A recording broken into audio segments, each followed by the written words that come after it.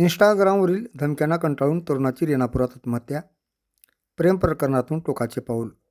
लातूर जिल्ह्यातील रेणापूर तालुक्यात एक धक्कादायक घटना घडली आहे. प्रेम प्रकरणातून सुरू झालेल्या वादानंतर इंस्टाग्रामवरून होत असलेल्या धमक्यांनी मानसिक तणावाला कंटाळून एका 24 वर्षीय तरुणाने गळफास घेत आत्महत्या केली आहे. तेजस घोडके असे या तरुणाचे नाव असून आत्महत्यापूर्वी सुसाईड नोट लिहित आत्महत्याचे कारण सांगितले आहे.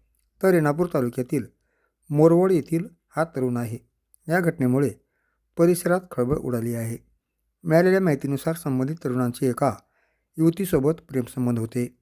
काही दिवसापासून दोघांमध्ये वाद सुरू होता.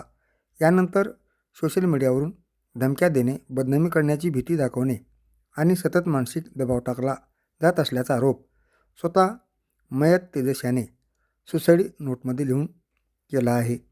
घटनेची माहिती मिळताच रेणापूर पोलिसांनी घटनास्थळी धाव घेत पंचनामा केला आहे. दरम्यान या प्रकरणी 7 लोकांवर रेणापूर पोलीस ठाण्यात गुन्हा दाखल करण्यात आला असून 4 आरोपींना पोलिसांनी ताब्यात घेतले आहेत. अधिक तपास रेणापूर पोलीस हे करीत आहेत.